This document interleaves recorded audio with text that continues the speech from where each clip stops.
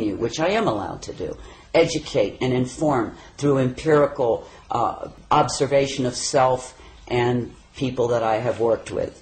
But I am not. You need to find a good, enlightened practitioner. Feel free to share any and all information that I'm sharing with you with the practitioner, either her or him, and work together that way with a professional. I wouldn't try to cowboy this circumstance. I've done it, and I've brought myself right to the ragged edge of the great beyond. So don't do that. I'm trying to run ahead, and I'm slamming myself pretty hard with a lot of different things to see what's in here, to see how I can help mitigate the process for other people. As Clifford said, and I do believe he's right, pretty much everybody I know has some form of involvement, and it can be very easily determined through blood sample. The DeWine spit test, where you just rinse your mouth with deep red wine and spit. So that said, when you begin to follow Herring's law of cure, which is brilliant, top to bottom, into, out, cure, into, out, and in the reverse order in which it came in, you begin to demonstrate on a topical level. And I've had a lot of people get in touch with me with these horrible rashes, itchy, burning, stinging like glass shards. And I'm very familiar with that. I'm currently dealing with it because I've been pushing very, very hard. And I will tell you, I have found something that helps mitigate it dramatically. But before I go further, it occurred to me today, why I don't know, to get the black light out and look at, because it seemed it was pretty shiny, all this rash. And sure enough, it's luminescent. So there is a luminescent material, either plastic, some people have suggested silicone, that is integrated into this whole system with the fibers and perhaps the bacteria and fungus and all of this that's presenting itself pretty much all over my body now as a rash, a very painful rash. So it's fluorescent. Go figure. Not normal to the human body. People, I did talk about this in my paper, black light with the pupils. Be very careful with your eyes. You don't want to do that with a black light for very long at all, because you can burn your retina. But you can see very quickly if your pupils are luminescent. I haven't found a human yet that it isn't true.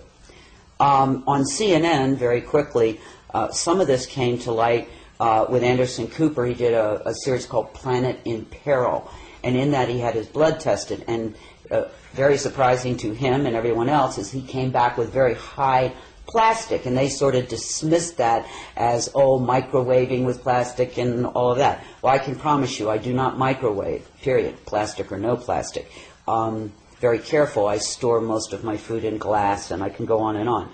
So, and I've been driving and had huge globs of clear liquid hit my windshield, and, you know, you try to wash it off and it smears, smears, smears. So I have a pretty good idea, I think, of where that might be coming from. I will get to the mitigation of the rash, but I do want to say I've noticed that a lot of people in their 40s, 50s, and 60s now need joint replacement, knees, hips, even a thumb, I heard, and shoulder. I thought, what's going on here? These are fairly healthy people, have not abused, they're not marathon runners, they haven't, you know, repeated trauma. Why is everybody needing this? A friend made a joke, the 60's the new 80. Not very funny. And I'm beginning to understand, because in this last big push of pushing these pathogens out of my system, they first came out in hordes, elbows, knees, ankles, in other words, hips, joints. And I can't help but think, I have no proof, but they were residing in those areas and perhaps causing me a lot of problem, and maybe the degradation of those joints. It certainly doesn't have to do with, are you taking a calcium supplement?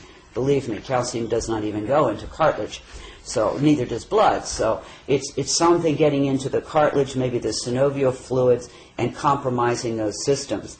Best out, best to get these things out. Some things I have found helpful. We'll get to the helpful part here.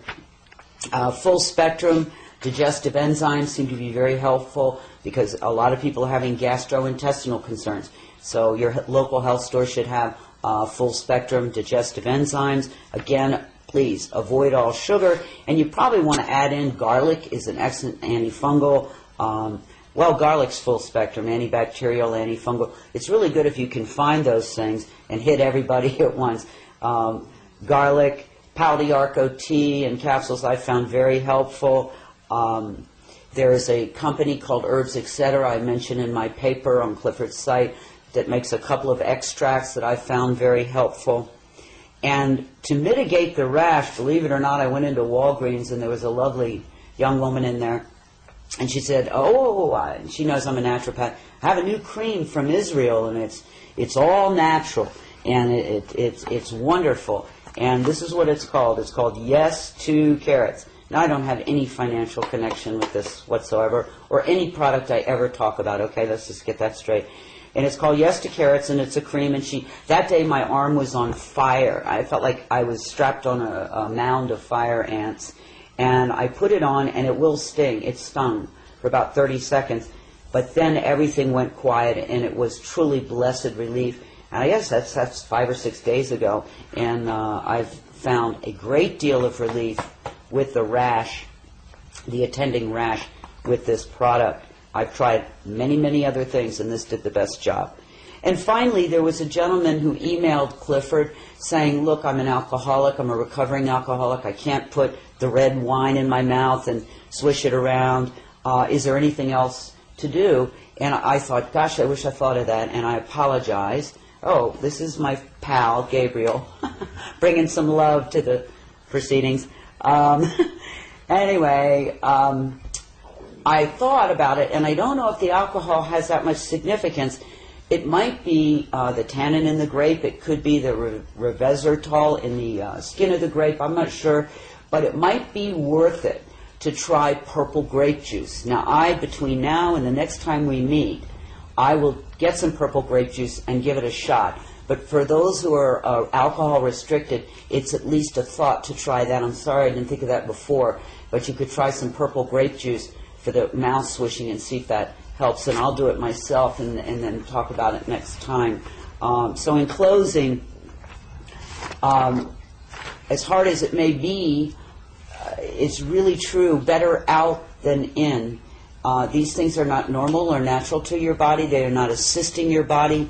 And I have a feeling there's a laundry list of ways that these things are harming us in ways that we cannot even begin to understand. So the process at this point has been difficult and painful for me, and I'm trying to get ahead of it so that when people do start to cleanse themselves of that which does not belong in the human body, that I can have found some mitigating things to make it less painful, less difficult.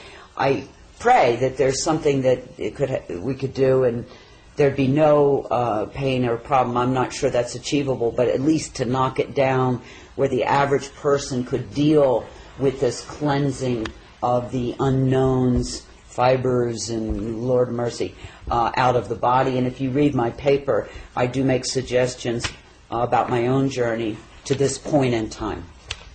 Gwen, I wanted to thank you for all that work that you're doing. I hope that people do realize the contributions that have been made here by Gwen on trying to get methods that are accessible to us, accessible and affordable to us, and there's a great deal that is to be appreciated. You know, in our closing, just a couple comments I wanted to make.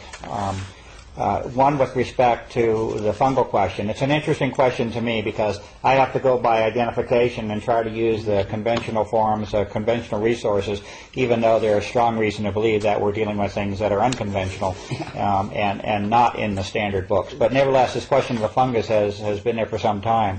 And even though it is true, I cannot, particularly this submicron filament form, although I cannot attach it at this point to any conventional or known fungal form, it's still, nevertheless, in terms of if we look at the behavior and characteristics and style of this form, it certainly has many characteristics that would be aligned with the fungal characteristics. You know, we don't know the final answer, but we know we're coming from different sides. But we're trying to merge this information over time, and you know, I'm amazed by the tenacity and persistence of this material. It's been to the point now we're on the wine test, which I want to talk about in just a minute. The amount of material produced has actually been